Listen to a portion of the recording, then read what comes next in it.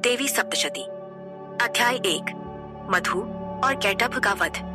महामाया की शक्ति जो संसार को बदल देती है। नमस्कार दोस्तों, स्वागत है आपका हमारे YouTube चैनल विक्रम आदित्य पर। आज हम आपके लिए लेकर आए हैं एक ऐसी कथा जो आपकी आत्मा को झकझोर देगी। यह सिर्फ एक कहानी नहीं, बल्कि एक जीवन बदलने वाला सबक है। कल्पना कीजिए, आपका सब कुछ छिन जाए, राजा का तख्त, व्यापारी का धन, उसका परिवार, फिर भी आपका मन उनसे क्यों बंधा रहता है। यह कथा आपको बताएगी कि कैसे मोह हमें जकड़ लेता है और कैसे महामाया हमें मुक्ति की राह दिखाती है। यह कहानी सुनकर आपकी आंखें खुल जाएंगी और आप महसूस करेंगे कि देवी हर पल हमारे साथ है। तो इस वीडियो को अंत तक देखिए, क्योंकि आखिरी बात आपके दिमाग को हिला देगी। स्किप मत कीजिए, वरना आप इस वीडियो का सबसे बड़ा फायदा चूक जाएंगे। ओम नमः चंडिकाय। ओम चंडिका को नमस्कार। ओम एन मार्कंडेय बोले। सावर्णी, जो सूर्य का पुत्र है, उसे 8वां मनु कहा जाता है। सुनिए, मैं उसके जन्म की कहानी विस्तार से बताता हूँ। महामाया की कृपा से वह कैसे मनवंतर का अधिपति बना। वह महाभाग्यशाली सावर्णी, सूर्य का पुत्र। स्वारोचिष, मनु के समय में चैत्र वंश से एक राजा हुआ जिसका नाम था सुरथ। वह पूरी पृथ्वी पर राज करता था। वह अपनी प्रजा की रक्षा करता था जैसे अपने बच्चों की। लेकिन उस समय कुछ राजकुमार जो पहाड़ी जनजातियों पर हमला करते थे, उसके दुश्मन बन गए। उसकी उनसे युद्ध हुआ। सुरथ की सेना बहुत शक्तिशाली थी, फिर भी वह कमजोर दुश्मनों से, जिन्हें कोला विध्वंसी कहा जाता था, युद्ध में हार गया। वह अपने शहर लौटा और केवल अपने देश का अधिपति रह गया। वहां शक्तिशाली दुश्मनों ने उस महाभाग्यशाली सुरथ को घेर लिया। उसके अपने मंत्रियों ने, जो दुष्ट और कमजोर राजा के प्रति बुरे स्वभाव वाले थे, उसका कोष और सेना छीन ली, वह भी उसके अपने शहर में। फिर शिकार के बहाने से राज्य से वंचित वह राजा अकेला घोड़े पर सवार होकर घने जंगल में चला गया। वहां उसने मेधस नामक एक श्रेष्ठ ब्राह्मण के आश्रम को देखा।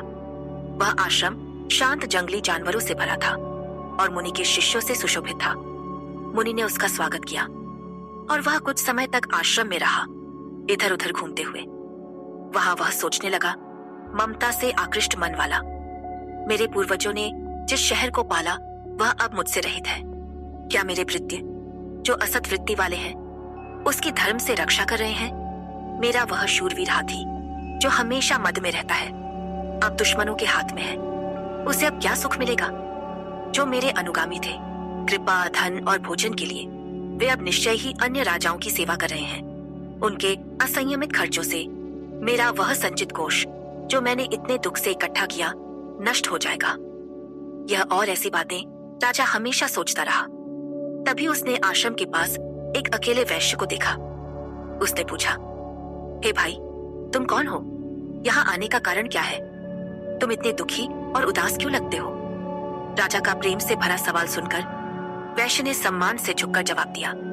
वैश्य बोला, मेरा नाम समाधि है। मैं एक धनी कुल में पैदा हुआ वैश्य हूँ। पुत्र और पत्नी धन के लोभ में असाधु हो गए और मुझे निकाल दिया। मैं धन, पत्नी और पुत्रों से वंचित हूँ। मेरा धन छीन लिया गया। दुखी और विश्वसनीय बंधुओं द्वारा त्यागा गया। मैं इस जंगल में आया।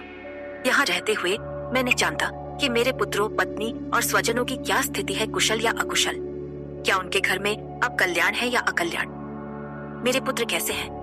क्या उनका व्यवहार सही है या बुरा? राजा बोला, जिन लालची पुत्रों और पत्नी ने तुम्हें धन से वंचित किया, उनमें तुम्हारा मन स्नेह क्यों बांधता है? वैश्य बोला, आपने जो कहा वही मेरे मन में भी आया, लेकिन मैं क्या करूं? मेरा मन निष्ठुर नहीं बनता। जिन्होंने पिता और पति के प्रेम को ठुकराकर धन के लोभ में मुझे निकाला, फिर भी मेरा मन उनमें ही लगा है। मैं यह समझता हूँ, हे महामते, फिर भी नहीं समझता कि मेरा मन गुणहीन बंधुओं में प्रेम से क्यों खींचा जाता है। उनके लिए मेरी सांसें लंबी होती हैं। मेरा मन उदास होता है। मैं क्या करूं जो मेरा मन उनमें निष्ठुर नहीं बनता? दोस्तों, जरा रुकिए। क्या आपने कभी महसूस किया कि परिवार या धन हमें क्यों बांधता है, भले ही वे हमें दुख दें? यह कथा हमें बताती है कि यह महामाया की लीला है। सुनते रहिए, क्योंकि आखिरी बात आपके दिमाग को हिला देगी। स्किप मत कीजिए, वरना आप इस वीडियो का सबसे बड़ा फायदा चूक जाएंगे। मार्कंडेय बोले।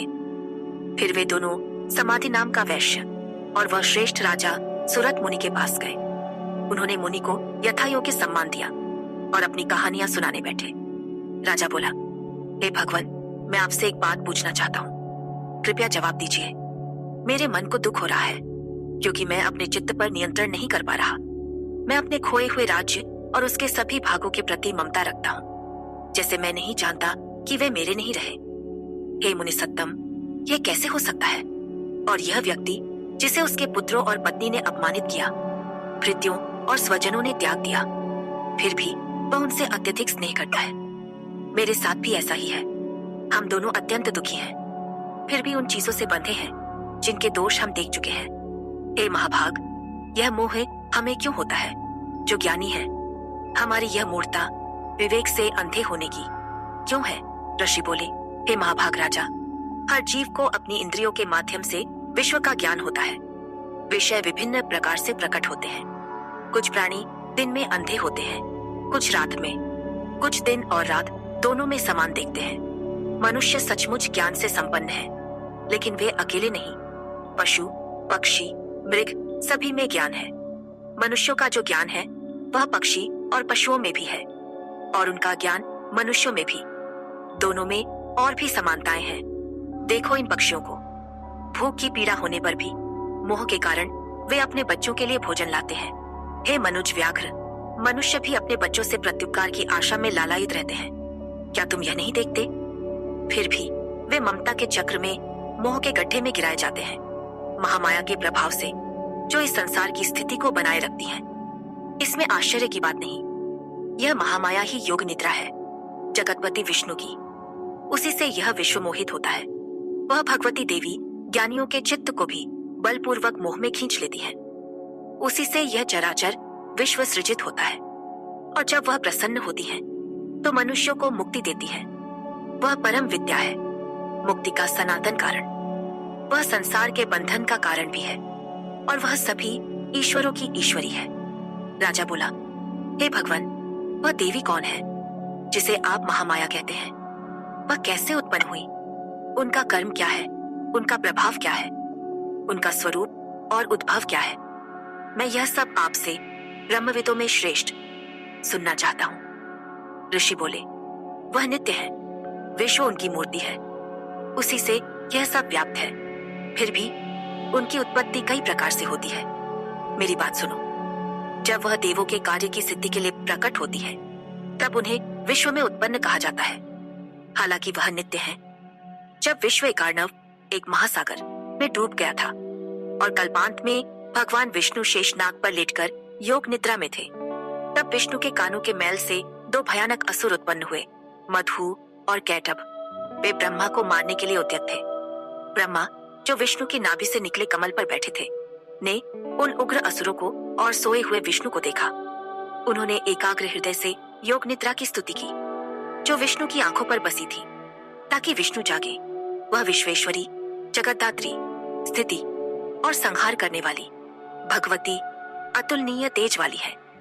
ब्रह्मा बोले, तुम स्वाहा हो, तुम स्वधा हो, तुम वशत्कार हो, स्वर की आत्मा हो, तुम अमृत हो, हे नित्य अक्षरे, त्रिधा मात्रा में स्थिर हो। तुम अर्धमात्रा में नित्य हो, जो विशेष रूप से अनुचार्य है। तुम ही वह हो। तुम सावित्री हो, तुम देवों की परम जननी हो। तुमसे यह विश्व धारण होता है, तुमसे यह जगत सृजित होता है। तुम इसे पालती हो, हे देवी, और तुम ही इसका अंत करती हो। सृष्टि में तुम सृष्टि रूपा हो, पालन में स्थिति रूपा, और अंत में संहृति रूपा। हे जगन्मयी, तुम महाविद्या, महामाया, महामेधा, महास्मृति, महामोहा, महादेवी और महासुरी हो। तुम प्रकृति हो, जो सर्वस्व में तीन गुणों को प्रकट करती हो। तुम कालरात्रि, महारात्रि और भयंकर मोहरात्रि हो। तुम श्री हो, तुम ईश्वरी हो, तुम हरि हो, तुम बुद्धि हो, बोध की लक्षणा हो। तुम लज्जा, पुष्टि, तुष्टि, शांति और क्षांति हो। तुम खड्गिनी, शूलिनी, घोरा, गदिनी, चक्रिणी, शंखिनी, चापिनी, बाण, भुशुंडी और परिघ, आयुधों से सुसज्जित हो। तुम सौम्या हो, सबसे सौम्य से भी अधिक सौम्य, अति सुंदरी। तुम पर और अपर से परे परमेश्वरी हो। जो कुछ भी कहीं है, सत्य या असत, हे अखिलात्मिके, उसकी सारी शक्ति तुम हो। मैं तुम्हारी स्तुति कैसे कर सकता हूँ? तुमने ही जगत सृष्टा, जगत पाता को निद्रा के वश में किया। यहाँ कौन तुम्हारी स्तुति कर सकता है? तुमने विष्णु, शिव और मुझे भी शरीर धारण करने को प्रेरित किया। फिर कौन तुम्हारी शक्ति की स्तुति कर सकता है? हे देवी, अपने उदार प्रभावों से संस्तुता, तुम उन दुरादर्श असुरों मधु और कैटभ को मोहित करो। जगत स्वामी विष्णु को शीघ्र जागने दो और उन्हें इन दोनों महासुरों को मारने की प्रेरणा दो। ऋषि बोले, ऐसे ब्रह्मा द्वारा स्तुति की गई वह तामसी देवी विष्णु को जागने और मधु कैट को मारने के लिए वहां प्रकट हुई। वह विष्णु के नेत्रों, मुख, नासिका, बाहुओं, हृदय और वक्ष से निकली और अव्यक्त जन्म वाली ब्रह्मा के सामने खड़ी हुई। उनके द्वारा मुक्त होकर जगन्नाथ विष्णु एकार्णव में शेषनाग की शैया से उठे और उन दोनों मधु और कैटभ को देखा। वे दुरात्मा, अति वीर्य और पराक्रमी थे, क्रोध से लाल आंखों वाले और ब्रह्मा को खाने के लिए उद्यत। तब भगवान हरि उठे और उनसे 5000 वर्ष तक हाथापाई में युद्ध किया। वे दोनों बल के नशे में चूर और महामाया से मोहित विष्णु से बोले, हमसे वर मांगो। श्री भगवान बोले, तुम मुझसे प्रसन्न हो तो ठीक है, मैं अब तुम दोनों को मार डालूंगा। मुझे और क्या वर चाहिए? ऋषि बोले, ऐसे धोखा खाकर और यह देखकर कि सारा विश्व जलमय है, उन्होंने कमल नयन विष्णु से कहा, हमें वहां मारो जहां धरती जल से डूबी न हो। ऋषि बोले, ठीक है। भगवान विष्णु, जो शंख, चक्र और गदा धारण करते हैं, ने कहा। फिर उन्होंने दोनों को अपनी गोद में लिया और अपने चक्र से उनके सिर काट दिए। इस प्रकार ब्रह्मा की स्तुति से स्वयं देवी प्रकट हुई। उनकी और महिमा सुनो जो मैं तुम्हें बताऊंगा। दोस्तों, यह कथा हमें सिखाती है कि हमारा मोह, चाहे वह धन, परिवार या सत्ता के लिए हो, हमें महामाया के जाल में फंसाता है। लेकिन उसी महामाया की कृपा से हमें मुक्ति भी मिलती है। अब वह आखिरी बात जो आपके दिमाग को हिला देगी। हमारा चैनल विक्रम आदित्य न सिर्फ ऐसी प्रेरक कहानियां लाता है, बल्कि आपके जीवन के हर सवाल का जवाब देता है। अभी एक पल रुकिए और हमारे चैनल को सब्सक्राइब करें और हमारे व्हाट्सएप नंबर 7980210280 पर मैसेज करें। क्यों? क्योंकि हम आपको मुफ्त ज्योतिषीय भविष्यवाणियां और आपके जीवन की हर समस्या का समाधान देंगे। यह मौका चूक जाएंगे तो आप अपने जीवन को बदलने का सबसे बड़ा अवसर खो देंगे। तो अभी सब्सक्राइब करें और व्हाट्सएप पर संपर्क करें, क्योंकि देवी की कृपा आपके साथ है और हम आपके जीवन को और बेहतर बनाने के लिए हैं। धन्यवाद और फिर मिलेंगे अगली कथा के साथ।